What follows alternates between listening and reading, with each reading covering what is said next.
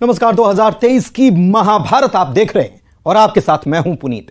चलिए खबरों की करते हैं शुरुआत। और महाभारत में कौन कैसे जुबानी वार कर रहा है, जुबानी बाण चला रहा है, वो आपको बताते हैं। पूर्व केंद्रीय मंत्री अरुण यादव ने प्रधानमंत्री मोदी को लेकर बेहद विवादित बयान दे डाला है। अरुण यादव ने प्रधानमंत्री के एमपी दौरे को लेकर बयान दिया और कहा कि प्रदेश में बदलाव की बयार है। प्रदेश में चुनाव प्रचार के लिए मोदी आ जाएं या उनके ऊपर के जो भी नेता हैं वो आ जाएं। मोदी के पिताजी भी आना चाहें तो वो आ सकते हैं, चुनाव में कोई फर्क नहीं पड़ेगा। आ जाए और उनके ऊपर कोई हो वो भी आ जाए। नड्डा जी आ ही रहे हैं, चल ही रहा है। मोदी जी के पिताजी भी आना चाहे तो आ सकते हैं, हमें कोई आपत्ति नहीं है। लेकिन मध्य प्रदेश में कांग्रेस की बदलाव की बयार है जो स्पष्ट हमें नजर आती है। और इधर अरुण यादव के पीएम मोदी पर दिए गए बयान पर बीजेपी की तरफ से पलटवार हुआ। प्रदेश के कैबिनेट मंत्री भूपेंद्र सिंह कह रहे हैं कि यही कांग्रेस पार्टी के संस्कार हैं। कांग्रेस की हताशा सामने आ रही है। हार के कारण कांग्रेस पार्टी हताश हो चुकी है। नहीं, यही संस्कार है उनके कि जो दुनिया में नहीं है।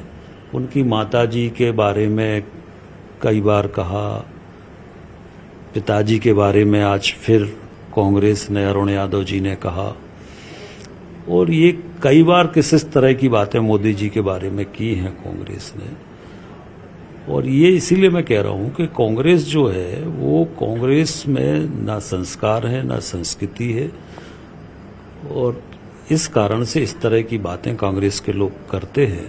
जो है कांग्रेस को बढ़त दिखाई जा रही है, इस पे क्या कहेंगे? जो सच्चाई तो सबके सामने है, सच थोड़ा में और संस्कृति भी नहीं है कांग्रेस के भीतर। अगर संस्कार और संस्कृति होते तो यह बात नहीं कही जाती। यह बीजेपी की तरफ से पलटवार किया जा रहा है। मंत्री भूपेंद्र सिंह ने यह बात कही है। मध्य प्रदेश में चुनाव बहुत करीब आ चुके हैं और जाहिर सी बात है कि इसको लेकर अब तमाम दल जो हैं वो अपने अपने बड़े नेता जो हैं उनके दौरे बढ़ाने वाले हैं। प्रचार प्रसार करने के लिए तमाम दिग्गज आने वाले हैं बीजेपी की तरफ से, क्योंकि 9 साल केंद्र में मोदी सरकार को हो चुके हैं।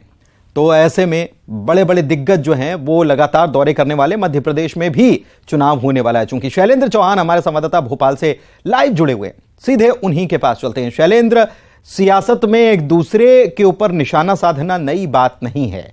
कल ही की बात है, प्रियंका गांधी को की तुलना कर दी गई कि साइबेरियन पक्षी जैसे आते हैं वैसे नेता भी आएंगे और फिर शंखनाद करके चले जाएंगे। ठीक है, लेकिन अब कांग्रेस की तरफ से प्रधानमंत्री मोदी और उनके पिताजी को लेकर टिप्पणी करना, यह कहीं से भी सही नहीं कहा जा सकता।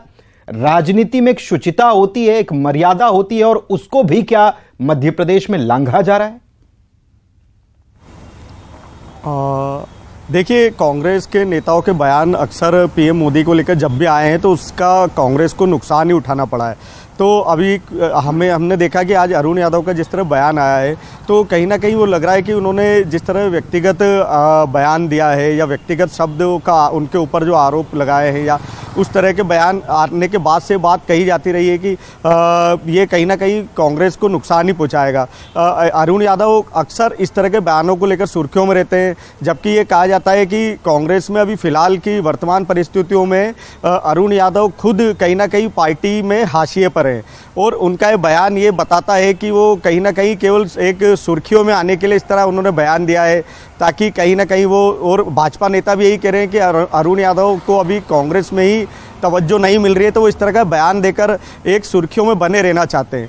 और आपने देखा होगा कभी भी पीएम मोदी के खिलाफ जब भी इस तरह के इलेक्शन के पहले बयान आते हैं तो वो कहीं ना कहीं पार्टी को नुकसान ही पहुंचाते हैं। इसके पहले अगर राष्ट्रीय अर्जुन खड़गे के जब बीजेपी भी भली भांति और बहुत अच्छे से इनकैश करने की कोशिश करती है। हमने देखा कि प्रधानमंत्री भी अभी कुछ दिन पहले ही बताते ये नजर आए थे कि कितनी बार गालियां दी गई। प्रधानमंत्री मोदी ने बड़े मंच से कहा था कि विपक्ष मुझे गाली देता रहता है, और एक बार फिर से इस प्रकार से प्रधानमंत्री को सीधे टारगेट कर लेना कहीं ना कहीं ये राजनीति में या लोगों के नजरिए से भी ये शायद ठीक नहीं कहा जाएगा। क्या प्रतिक्रिया आ रही लोगों की?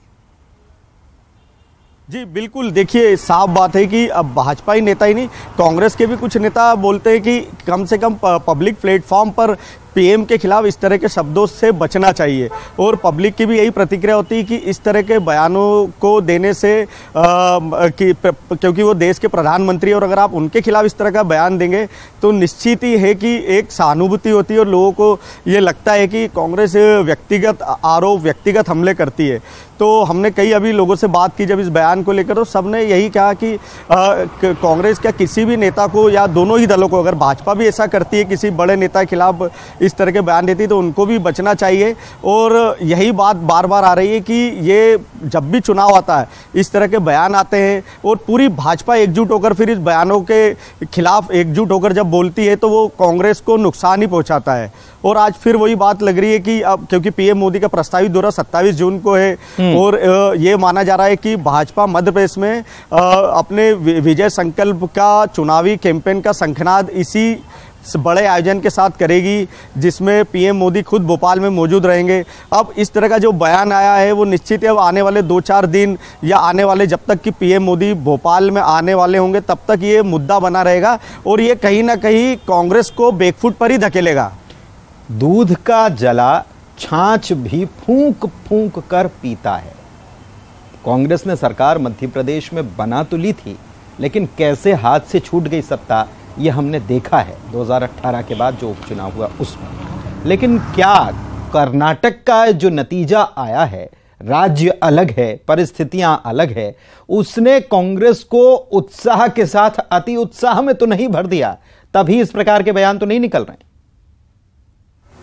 बिल्कुल बिल्कुल, ये कहा जा सकता है कि जब कांग्रेस को लग रहा था कि कर्नाटक चुनाव में एक अच्छी जीत मिली है और उसके बाद कांग्रेस का कार्यकर्ता पूरे प्रदेश में चार्ज है और लगातार कार्यकर्ता सक्रिय हैं और पूरी कांग्रेस एक एकजुट नजर आ रही थी, तो कहीं ना कहीं अरुण यादव का ये बयान फिर ऐसा लगता है कि इनके लिए, कांग्रेस के लिए वो नुकसान वाला ही साबित होगा। नुकसान वाला साबित हो सकता है। कार्यकर्ता है वो केसवानी जी हमारे साथ बीजेपी की तरफ से जुड़े हुए हैं।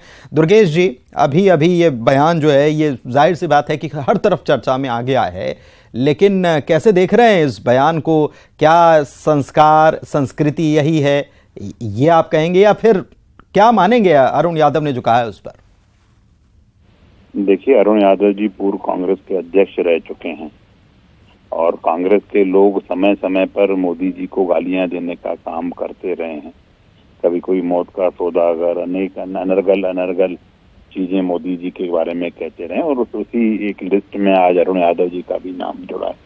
मुझे लगता है अरुण यादव जी बड़े नेता हैं, उनको अपनी वाणी पर संयम, और उनको क्या, कोई भी राजनेता हो उनको अपनी वाणी पर संयम होना चाहिए।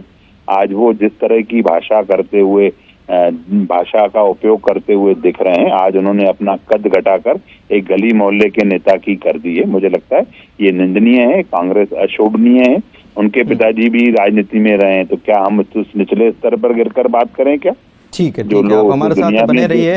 अजय सिंह यादव साहब भी जुड़े हुए हैं, उनसे बात कर लेते हैं। अजय सिंह यादव साहब, ये क्या कह रहे हैं आपके नेता? राजनीति में शुचिता नाम की कुछ चीज होती है, कुछ लिहाज होता है, कुछ लिमिट्स होती हैं। केंद्रीय मंत्री, पूर्व उप मुख्यमंत्री के पुत्र हैं, बड़ी जिम्मेदारियां निभा चुके हैं, केंद्र के साथ साथ प्रदेश अध्यक्ष रह चुके हैं, और ये कह रहे हैं अरुण यादव साहब। देखिए, कांग्रेस पार्टी हमेशा मर्यादाओं में रहकर राजनीति करती है और अमर्यादित राजनीति करना भारतीय जनता पार्टी का काम है। अरुण यादव जी ने एक कहावत की तरह इस बात को कहा है कि किसी भी तरह से कुछ भी कर ले भारतीय जनता पार्टी, प्रदेश में कांग्रेस की सरकार बनना। कहावत क्या है, थोड़ा मुझे ये बता दीजिए। देखिए, मैंने आपसे स्पष्ट तौर पे कहा कि एक चुनौती पूर्वक कहा जाता है कि आप कुछ भी प्रयास कर लें, उसके बाद भी प्रदेश में भाजपा, लेकिन जिस कहावत का अजय जी आप जिक्र कर रहे हैं वो तो स्लैंग लैंग्वेज गिनी जाती है, उसको अच्छे से, अगर उस कहावत की अगर आप बात करेंगे तो फिर उसी भाषा में बोलना था, क्या बोल पाए? देखिए, भारतीय जनता पार्टी तो हमेशा से अमर्यादित भाषा का प्रयोग करती रही है, चाहे हमारे नेताओं के मामले। सर, बीजेपी की तो बात ही नहीं हो रही है, अभी तो आप ही के नेता की बात हो रही है, उस पर बात कीजिए। बीजेपी की तो सभी लोग जानते हैं कि उनसे तो कोई उम्मीद नहीं की जा सकती है, चाहे वो पंडित नेहरू से लेकर इंदिरा गांधी तक और राजीव गांधी तक, और हमारी नेता सोनिया गांधी के लिए प्रधानमंत्री मोदी तक ने पार्लियामेंट में किस तरह की बातें कही हैं, ये सबने सुनी है। तो ये चीजें कोई सुनने ऐसी बातें नहीं है, लेकिन कांग्रेस पार्टी इस तरह की राजनीति नहीं करती है। अरुण यादव जी एक कहावत की शैली में अपनी बात कहना चाह रहे थे, इसमें उन्होंने कोई इस तरह की किसी भी गलत भाषा या ओवर कॉन्फिडेंस है या ओवर टू ओवर कॉन्फिडेंस है, जो भी है वो बहुत जल्दी नजर आने वाला है। कौन आएगा, क्या करके जाएगा, तमाम चीजें जनता तो देख ही रही है। बहुत शुक्रिया अजय जी, बहुत शुक्रिया दुर्गेश जी, और शैलेंद्र आपका भी बहुत शुक्रिया खबर पर जानकारी के लिए। बढ़ते हैं आगे। बीजेपी इसी महीने जून से ही चुनावी जंग का आगाज करने वाली है। प्रधानमंत्री नरेंद्र मोदी 27 जून को भोपाल आने वाले हैं और यहां देश के 10 लाख बूथ और एमपी के 64,000 बूथों पर उनका संबोधन होने वाला है। मोतीलाल नेहरू स्टेडियम में प्रधानमंत्री की सभा की संभावना जताई गई है। भोपाल में रोड शो भी उनका संभावित है। वे भोपाल में वंदे भारत एक्सप्रेस को हरी झंडी दिखाएंगे। धार में सिकल सेल एनीमिया के कार्यक्रम में शामिल होंगे। केंद्रीय गृह मंत्री अमित शाह 22 जून को बालाघाट में बड़ी सभा करने वाले हैं, तो राष्ट्रीय अध्यक्ष जेपी नड्डा 30 जून को खरगोन में हुंकार भरेंगे। अगर देखा जाए तो पार्टी के दिग्गज नेता, केंद्रीय नेतृत्व इसी महीने से मध्य प्रदेश में अलग अलग क्षेत्रों से चुनावी हुंकार भरने वाले हैं।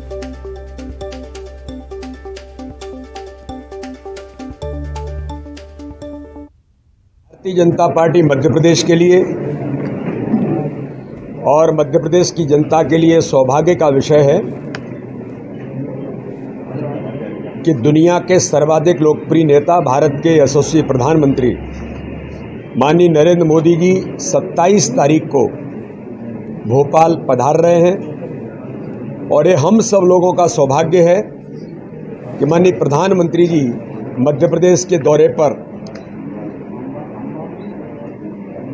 27 तारीख को रहेंगे। उस दौरान भारतीय जनता पार्टी के देश भर के बूथों पर 10 लाख बूथों पर माननीय प्रधानमंत्री जी डिजिटल रैली जो करेंगे, उस डिजिटल रैली को माननीय प्रधानमंत्री जी देश भर के चयनित 2,500 लोगों को भोपाल से संबोधित करेंगे।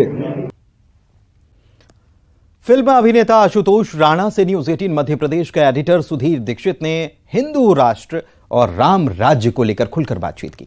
बातचीत में आशुतोष राणा ने कहा कि राम ने तो शबरी के बेर खाए, निषाद राज को गले लगाया।